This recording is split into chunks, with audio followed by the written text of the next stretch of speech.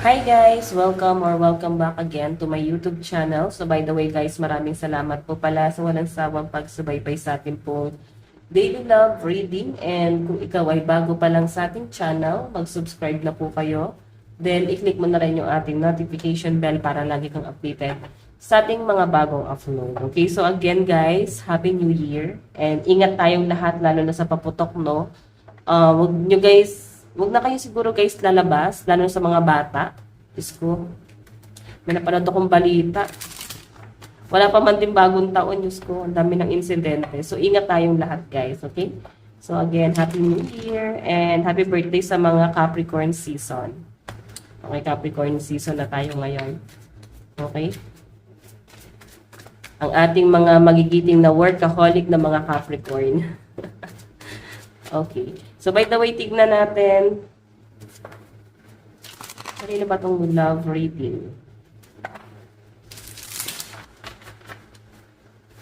Kanina itong love reading?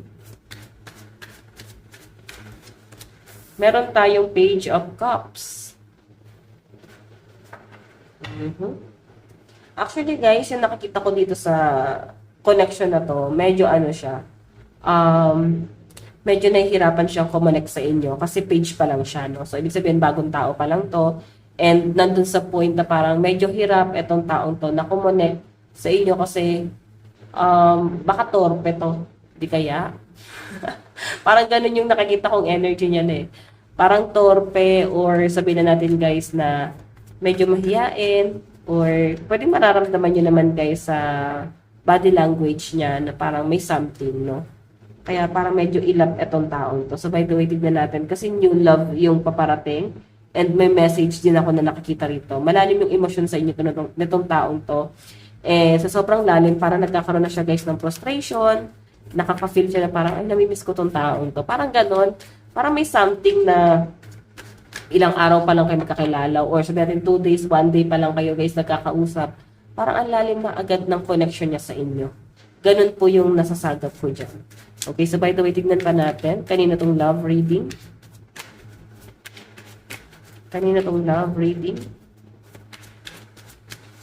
Meron tayong Knight of Swords. Okay, so yung nakikita ko dito guys, yung Knight of Swords, it's communication, haste, truth teller, debate. So, nagtatalo yung puso't isip nitong taon to. Ano ba, amin ba tayo? Sabihin ko ba sa kanya? So, new person eh. Ibig sabihin nandun sa point na medyo distant yung emosyon sa inyo nitong taong to. Okay? Tingnan pa natin.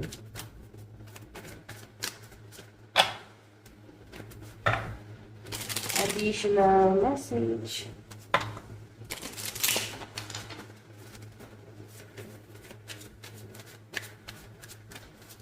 Meron tayong 8 of Cups. Living, retreat, quest, solitary journey. Okay, naku. So, mararamdaman nyo ba't kaya parang bigla na lang siyang umiiwas? Pwede naman guys na naging nagkaroon kayo guys ng pag-uusap na talaga. Pero parang biglang nanlamig itong taong to. Pwede na sa talking stage, biglang nanlamig. Parang anong nangyari? Ba't may mga ganitong senaryo? So, yun yung nasasagap ko dyan. Yung iba sa inyo guys, pwede maiwan kang tulala sa pagkaiwan sa inyo nitong taong to. Parang ano nangyari? So, guys, sa nakikita ko dito, mahal ka naman itong taong to kasi the energy ng 8 of Cups. Yun nga lang, parang kailangan kanyang iwan kasi meron ata itong, parang medyo nag-explore yung energy niya. Nandun sa point na medyo siya, nagkakaroon siya ng hesitation pagdating sa nararamdaman niya. Okay? Parang kina-question niya yung nararamdaman niya sa inyo, guys eh. Okay, so ayusin ko lang to guys.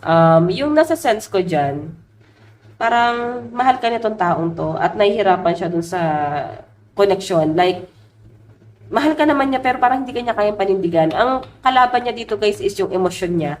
Nandun siya sa point na akala niya, kaya niya, pero mas siya mas na-pressure siya dito sa connection na to. Okay, ayan, na-pressure siya dito eh.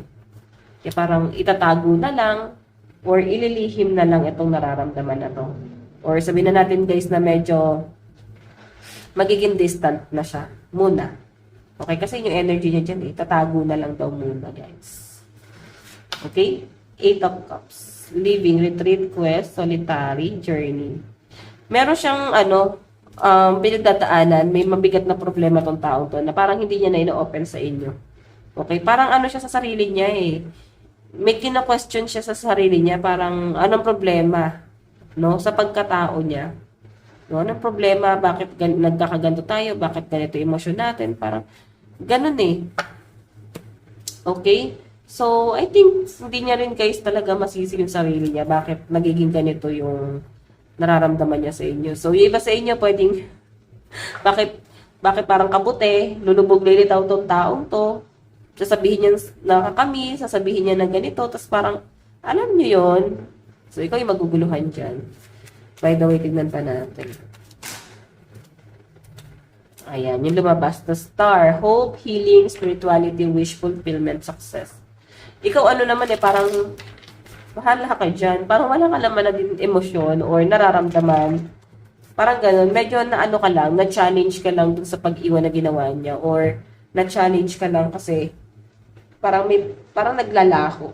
Okay? Na-challenge ka kasi parang naging siya sa inyo. Distant etong taong to. Okay? Parang feeling mo na-reject ka nitong taong to. Parang ang dating sa akin dito,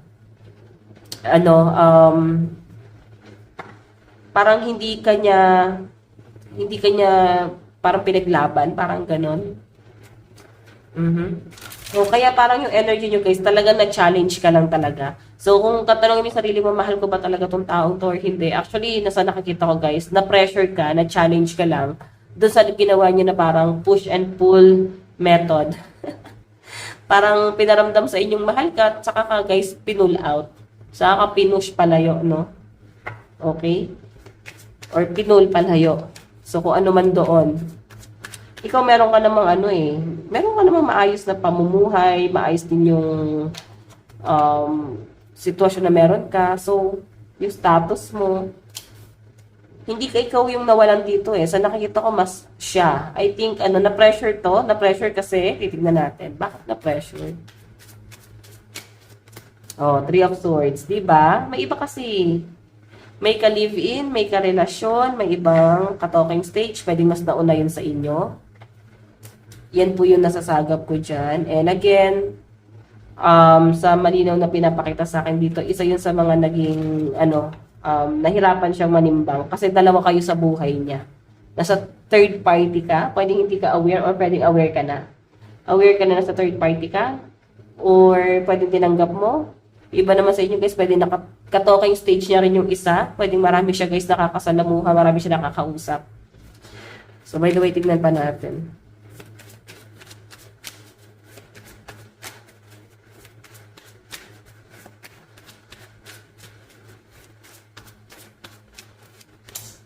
Meron tayong 2 of Swords, Decision, Waiting, Solitude, Black, Balance, Track.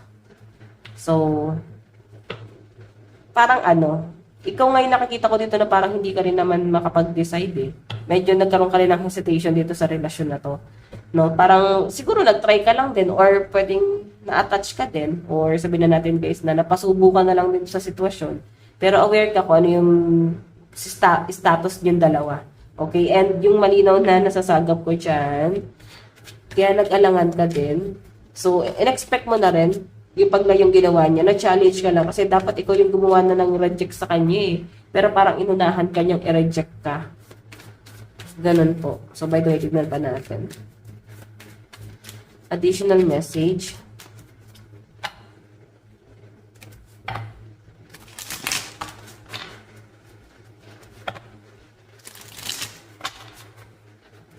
Kanina tong love reading.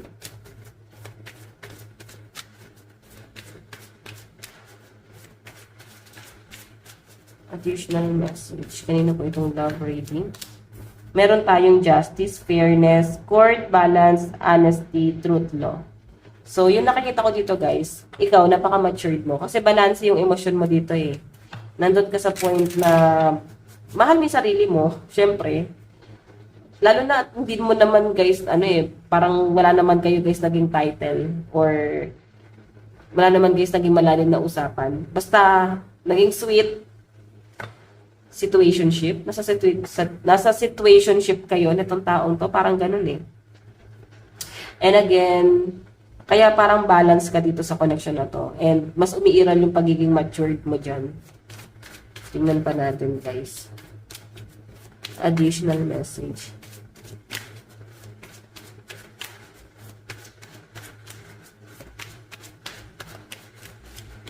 Meron tayong 7 of Pentacles. Growth, waiting, discipline, harvest, hard labor. Ayan. So, ito guys, 7 of Pentacles. Ano eh, siguro kahit paano, nare-realize mo pa rin yung ginawang effort sa inyo na itong taong to. Parang kahit paano naman nag-effort, kahit naman paano is may na-benefits ka ring emosyon sa kanya, no? And bunti ka nang gumawa ng parang gumawa ng effort para sa kanya. Kasi ikaw meron kang kakayahan na gawin yon. So ano yung mga effort na yun? Ikaw lang nakakaalam nun. Pwedeng kaya mo siyang puntahan, kaya mo may gawin talaga. Basta kung ano mang effort to guys. Parang grabe ka magmahal, no? And sa inyo naman guys, kahit wala kayong title, kaya mong ipakita sa taong to na kaya mo mag-effort. Pero yung nakikita ko kasi guys, hindi naman ganun kalalim yung emosyon mo sa kanya. Oo. Siguro natutuwa ka lang din sa ano niya sa inyo. Yung natutuwa ka lang din kung paano kayo mag-usap and natutuwa ka kung ano yung nakukuha mong emosyon sa kanya and ano mo yun, nabe-benefits mo sa taong to na emosyon. I think yun lang din naman yung gusto mo, di ba? So by the way, tignan pa natin kanina tong love reading. Kanina tong love reading.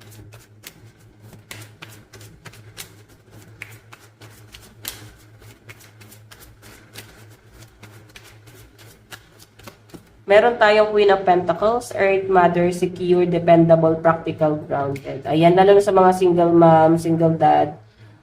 Yung nakikita ko dito, guys, nagiging practical kayo dun sa sitwasyon. Okay? Kasi, niisip nyo dito, guys, may ibang bagay kayong kailangan i-consider, which is yung mga anak nyo, na parang sila yung kailangan nyo, guys, mas i-prioritize. So, kaya mas matured ka dito. Okay? Na, ano na lang, go with the flow, people come and go, ngayon kung mag-stay siya or hindi, hanap ng iba, pass, parang ganon. And yung nakikita ko kasing energy nyo rito, guys, ano to eh, parang nagtatry ka rin naman na mag-entertain ng iba. Okay, sa mga single dito. At itong nakita mo, guys, medyo hindi pa siya, guys, hindi pa siya, guys, makapag-decide dun sa nararamdaman niya. Okay, hindi siya makapag-decide doon sa kung mahal ka ba niya, mag-stay ba siya or what. Mas gusto niya guys mag-explore. And ito na nga yung dahilan, may iba kasing kakonek yung person mo. Meron niyang ibang nakakausap bukod sa inyo. Pwede nararamdaman mo or pwedeng aware ka dyan. Okay? Hindi mo naman din kasi makonsider na nasa third party ka kasi wala naman kayong relasyon, no? Pwede na sa situationship pa lang. Ayun. By the way, tignan natin.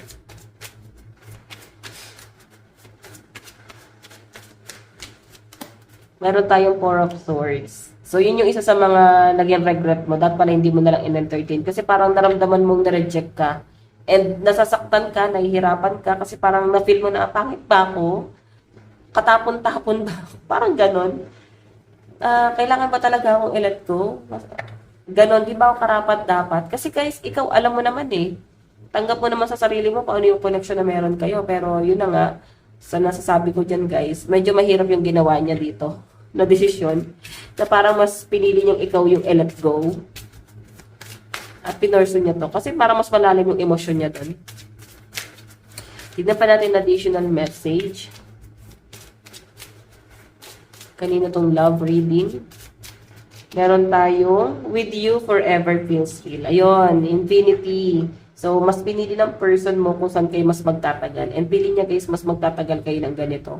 Yung situationship lang kayo. Okay? So, mas parang selfish or narcissistic kasi mas pinili niya yung emosyon niya eh. Mas pinili niya na dalawa kayo. Na hindi kanya kayang mawala. So, pinili niya na ganito na lang yung ibigay niyang title sa inyo, yung sweet pero walang relasyon. Parang ganon. Mas pinili niya yung ganyan. Pinili niya kung saan kayo mas magtatagal. Pero yung totoo guys, hindi na, parang excuse niya lang yon, no? Kasi ang totoo lang guys, hindi kanya kayang piliin, pwede ka rin niya kayang mawala. Ganon din sa isa. Okay? Mas malalim yung emosyon niya dito eh. Again, kanina tong love reading. Meron tayong time apart can bring us closer. Ayun. So, yung nakikita ko dito guys, parang bigyan mo siya ng time. Oo. Kung talagang willing ka na mag-antay sa tao, bigyan mo siya ng time kasi pinihil niya lang din yung sarili niya. Okay? And syempre, bigyan mo din ng time yung sarili mo. Makapag-isip-isip. Malay mo naman, sa panahong nag-iisip-isip ka is nawala na siya sa sistema mo, no? Pwedeng hindi mo na pala siya guys kailangan, hindi na pala siya hinahanap-hanap ng energy mo. Hindi na pala siya guys ganun kahalaga, di ba? So meron tayong together, we are unbreakable. Ayun. So yung sinasabi dyan guys,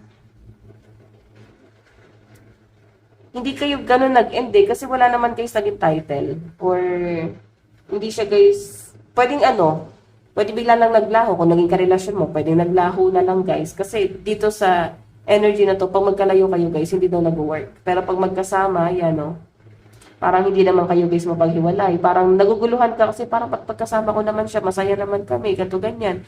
Ganon din yung na-feel mo sa person mo. Pero pag magkahiwalay na guys, naiiba na rin yung niya, yung personality niya, no? Hindi mo na rin maunawaan. Tignan natin. Meron tayong fame fades but love teaches. Ayun, di ba? So, etong sakit na nararamdaman mo guys, mawawala din yan. Pero at least may natutunan ka dito. May matututunan ka dito. And isa sa natutunan mo dito or possible na dapat mo matutunan, huwag ka basta-basta ma-attach sa taong hindi guys sure, no? Sa taong gusto pa pala guys mag-explore, dapat piliin nyo guys yung sure na, yung tipong kaya ka ng panindigan. Okay? So, by the way, additional message. Meron sabi ko sa inyo Sabi ko sa inyo, guys, kinose ka. Diba? Overall energy yung talaga nasagap ko, guys. Ang sabi dito, I'm sorry, I disappeared. I needed to get away and clear my head. Kasi naguguluhan to. Gulong-gulo siya eh. Ikaw ba naman magkaroon ng ibang ka-talking stage eh. Hindi pa na kontento sa isa. So, maguguluhan talaga. So, ginose ka nito guys. Nasa talking stage siya siguro kayo or situationship. Hindi pong parehas na kayong naglalambingan. Para na kayong magjowa. Tapos, biglang nang ghost. Oh my God. You know, you feel like home. Being with you reminds me of simpler times. You bring me so much happiness and peace. Ayan. Ito, tingnan pa natin. Meron tayong, you're mysterious. I can never seems to figure you out. Sometimes I feel like you're hiding something from me. Never really know where I stand with you. So again, yung nakikita ko dyan guys, na-attach ka rin sa taong to kasi napaka-misteryoso, misteryosa. Hindi niya agad guys, na-brought out kung ano yung situation niya, or yung background niya, family background, or kung sino ba siyang tao, anong klase siyang tao. Naging palaisipan siya sa inyo, guys. Yun yung nasasagap ko dyan, no? Kaya yung energy rito, medyo naging misteryoso siya sa inyo, or misteryosa. Okay, so tignan natin yung energy. Okay? Tayo sa guys na nararamdaman ng person mo.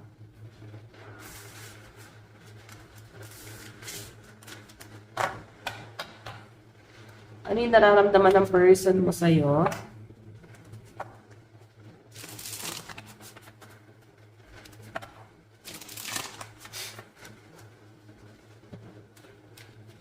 Ano yung nararamdaman sa'yo ng person mo? Ace sa Pentacles, need job, new financial opportunity, windfall. So, feeling niya kasi dito guys, isa sa nakaka-pressure sa kanya, pwedeng masyado kang mataas. Tapos siya, parang dating sa kanya, wala akong trabaho. So, mag-i-stay na lang siya guys sa katulad niya. Or, dun sa kapantay niya, ka-level niya. Yun na nga yung isa niyang ka-talking stage. Feeling niya kasi tanggap siya ng taong yun.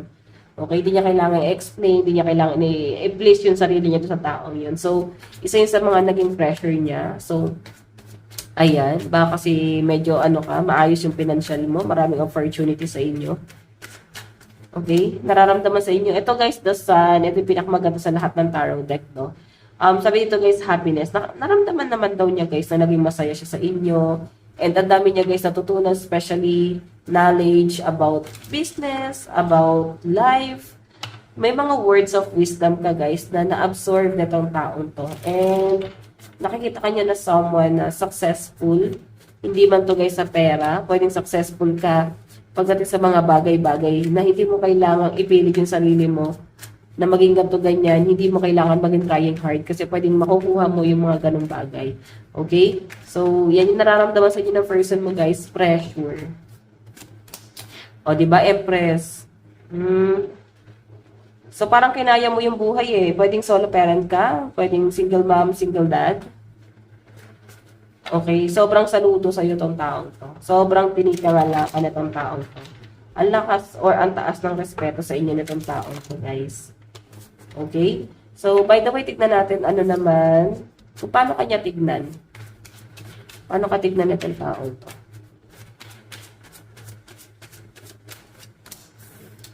Ten of Cups, water sign, Cancer, Pisces, Scorpio. Yan, malalakas sa mga water sign sa side ng person mo. Okay? Happiness. Masaya ka maging part ng family. Masaya ka maging kasama or nakikitaan kanya guys ng potential like, masaya to maging maging asawa siguro or karelasyon siguro. Ganon, napapaisip siya kasi nakikita niya yung pagiging responsible mo. Pwede kasi nakikita niya kung paano mo inaalagaan yung anak mo. And doon sa point na napapaisip siya. Tingnan natin. Ending, 'di ba? Solo parent ka, paano ka tignan? Siguro single mom ka or single dad. Tignan natin, bakit niya naiisip to? Ayun, may magulo bang nangyari sa buhay mo? Or pwedeng magulo yung love life mo? Okay?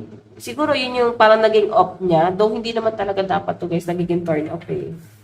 Pero siguro, pwedeng magulo kasi sabihin na natin yes, tanggap na niya yung pagiging solo parent mo. Pero siguro may bumabalik pa rin dyan. Yung tower kasi guys is something past, no? Or sudden change. Naisip niya guys, ay hindi ito yung hindi. Parang naging turned up sa kanya yon or yun nga, may connection pa kayo ng past person mo. And magulo yung parang dating sa akin dito. Inisip niya, magulo yung pamilyang meron ka, magulo yung buhay na meron ka. Maayos ka naman, maganda naman yung kaperahan. Pero alam niyo guys, since nababasa natin ganyan, hindi niyo na kailangan i-please yung sarili mo sa taong to. Kasi at the first place, di ka pala tanggap. Diba? Let go nyo na yan, Diyos ko. Hindi niyo kailangan i-please to guys, promise. Grabe, siya pa talaga tong kailangan ng siya pa talaga tong kailangan na parang i-consider. Diyos ko, ang daming tao dyan sa mundo guys. Huwag kayong magsisettle for this, okay? Ano yung mga pwede niyang action? Ano yung mga gagawin niyang hakbang or action dito sa connection na to? Medyo distant talaga siya, guys. Nagsiset siya ng boundaries dito sa connection yung dalawa. Meron tayong 2 of Pentacles, financial decision, choice, option, balance, and change. Ayun. Kasi guys, siguro naisip niya yon na baka, blessing in disguise din. Like, naisip niya, ay, wala akong trabaho. Ay, ito lang yung kaya kong kitain sa buhay ko. Parang, sapat lang para sa sarili niya. Then kasi kung naisip niya dito yung pagiging solo parent mo is single mother, single dad. Kasi naisip niya, ano yung may po-provide ko sa taong to? Ako nga dukha din. Parang ganon, ako din naman dukha. So naisip niya, hindi naman sa baka sa kanya, hindi siya karapat-dapat para sa inyo. Kasi naisip niya guys, maliit yung tingin niya sa sarili niya. So yung mga dapat niya hakbang, pagpaparaya to guys. Para siguro hanapin mo yung tamang tao para sa inyo. And dito, tingin niya guys, hindi siya yung tamang tao na yon. Okay? So, titingnan natin guys, additional message. Additional message.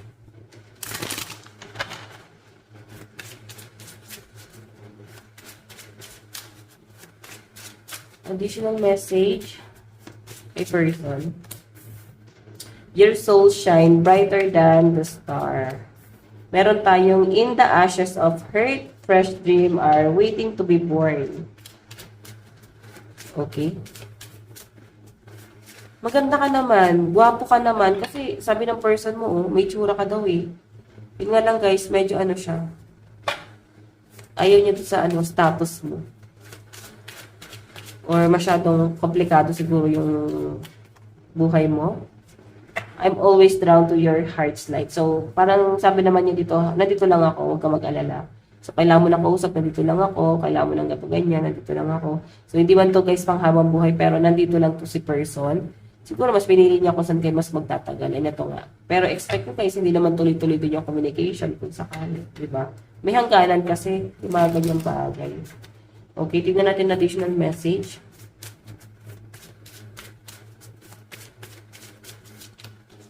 It's on. I see you looking good and moving on. I don't care who you're talking. I am better. I will compete for you. Ayun. Nako, ano to? So, ang nakikita ko dyan, guys, ayaw naman niya nakikita kang may ibang nanliligaw sa inyo. Ayaw naman niya nakikita na parang may ibang nagkaka-interest sa inyo. Kasi, hindi pong ginost ka niya, pero kasi good looking ka. May magulo lang siguro sa inyo or naguguluhan siya. Baka siya talaga tong solo parent. Siya talaga tong magulo yung buhay, di ba? Additional message, meron tayong ghosted. Ayan, lumabas na naman. Siya talaga yung ng ghost, guys. Si person talaga yung ng ghost. And I'm sorry, I disappeared. I need to get away and clear my head.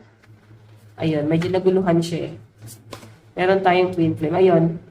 Pwedeng kaya kayo na-attach agad-agad is possible na dahil twin flame mo tong taon to. Okay? So, message. Tingnan natin ano yung gusto sabihin sa inyo. Meron tayo, I wish we could be together forever. I need to sort things out first before I can come to you. So, marami daw siya kailangan ayusin sa buhay niya bago siya mag-go sa inyo.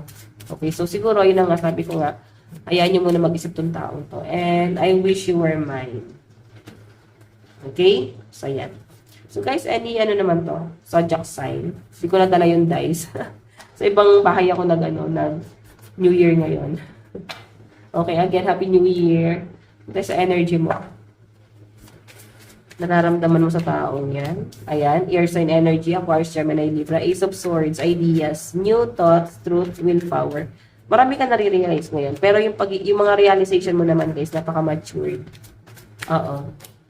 Okay, Capricorn, Taurus, and Virgo, Nine of Pentacles, security. Ibig sabihin, secured ka. Maayos yung financial mo. Then, parang pinagpapasalamat mo pa rin guys na kahit paano, hindi ka naman ganun totally na-attach or nag-effort sa taong to. Pero grabe, no, ginost ka. Medyo masakit kaya yun, guys. No? Mas maganda pa nga sinabi na lang na hindi kita gusto, tapos saka nawala. And tough ones, guys, may pag-aantay ka pa rin. Medyo naging, parang naging clueless ka dun sa sitwasyon. Para mapaisip ka, ano nangyari? Bakit ganito? So, ang daming katanungan na hanggang ngayon guys, hindi pa rin guys nasasagot. Okay? So, fire sign, Aries, Leo, Sagittarius. Energy.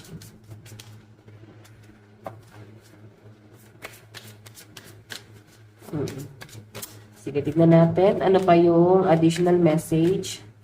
Ano yung mga dapat mong gawin dito sa connection na to? O, diba? Mag-offer na ulit ng cups, oh. Or pwedeng guys, nag-connect na naman sa inyo, pwedeng kinakausap ka na naman, pero tignan mo na lang guys yung ginawa sa inyo. Nilagay ka niya sa komplikadong sitwasyon. So, siguro mas maganda huwag nyo nang tanggapin. Kasi medyo conflict yung ginawa niya dyan. Meron tayong Four of Pentacles, security, greed, stability, protection, financial acumen, and High Priestess. Diba? Maging piliin mo na yung sarili mo. Hindi mo kailangan guys, i-place yung sarili mo sa taong to. So, energy guys ng Capricorn, Taurus, and Virgo, Cancer, Pisces, Scorpio sa side mo. Malaki siyang pakiramdam mo, matured ka. Siguro mas malaki yung age gap niyo or mas matured ka sa taong to. Mas matanda ka sa kanya ahead, ganon. So, sinasabi lang dito guys, pakiramdaman mo pa rin kasi babalik at babalik eh. Oo. Tignan natin guys, In the near future, ka tayo ng 2 cards. Ano yung possible na mangyari? May pag-aantay. So, siya to. Oo. And 8 of Pentacles. Diba, nasusubaybayan ka, pwede na i-isto ka na itong taong to. Nakikita niya na parang successful ka ngayon. Nakikita niya na parang maayos yung buhay mo ngayon. Then parang gusto niya guys makipag-usap pero wala tong gagawin kasi siya ngayon ang ghost eh, di ba? So, by the way guys, ito lang po ang inyong daily love reading bukas po lahat. God bless and love you all. Bye-bye!